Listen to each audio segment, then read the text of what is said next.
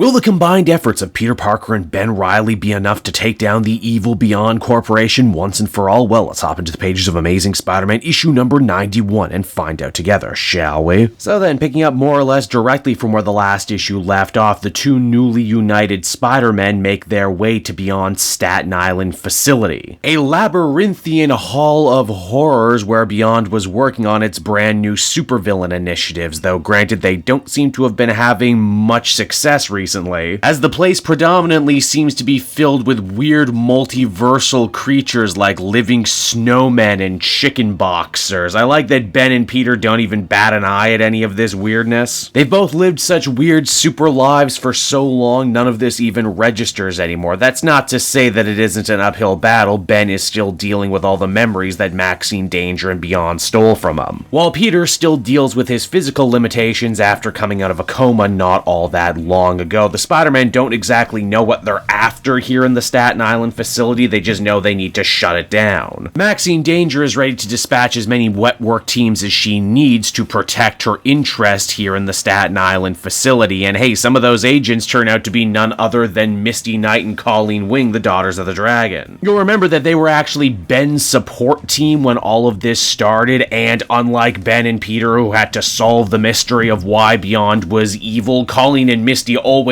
knew that they were corrupt, and they had secretly been working with Spectrum, a former Beyond superhero agent, to bring the whole company down from the inside. And hey, with their powers combined, they feel like they may finally be able to do just that once they manage to cut a swath through more truly hilarious attempts at creating supervillains. The big standout, of course, being a group of sunflower people who don't smell like flowers at all, they smell like farts. Oh sure, Queen Goblin may have seemed a little unoriginal at first, but she's positively a golden 10 out of 10 compared to what else they had in the hopper at Beyond. A hologram of Maxine Danger attempts to reach out to Ben Reilly, saying that it's not too late to be welcomed back into the fold as their corporate Spider-Man so long as he forsakes everyone else. Naturally, Ben refuses, wanting to get back his memories and his old life, even if that means coming up against what Maxine calls the great danger behind Door Z. Ben, feeling particularly frisky, decides to call Maxine Danger's bluff and actually opens up Door Z himself, and behind we see a rather familiar face in a new form. It's the Lizard, Curt Connors. You'll remember that the Daughters of the Dragon had actually apprehended him several arcs ago, and apparently this is where they've been keeping him the whole time. He's also very gray and looks like he's been hitting the juice, brother.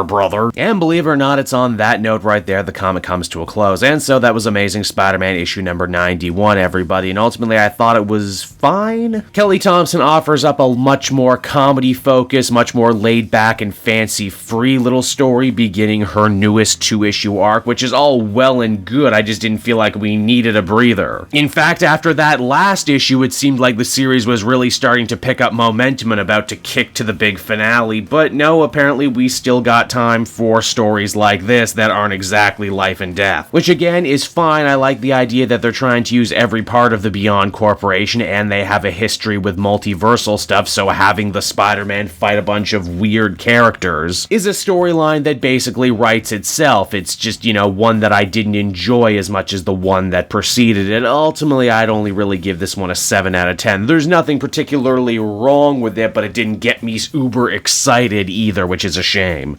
Hey there everyone, it's your pal Cape Joel again, and if you're seeing my face right now, that means you watched to the end of the video, and I'll always be grateful for that. Retention helps in this crazy YouTube game, and so does becoming a patron. If you head on down to the description, you can find a link to my Patreon page. Recently just redid all the tiers, a lot of cool stuff offering up there, exclusive commentaries, exclusive polls, behind the scenes concept art for Capes and Quest. That's the brand new D&D show I've started soon. Never been a better time to become a patron. You can become a patron for as little as $1 a month and help the channel grow and, help me continue to deliver content like what you just saw. So I want to thank you all, and I will see you again next time. Bye-bye.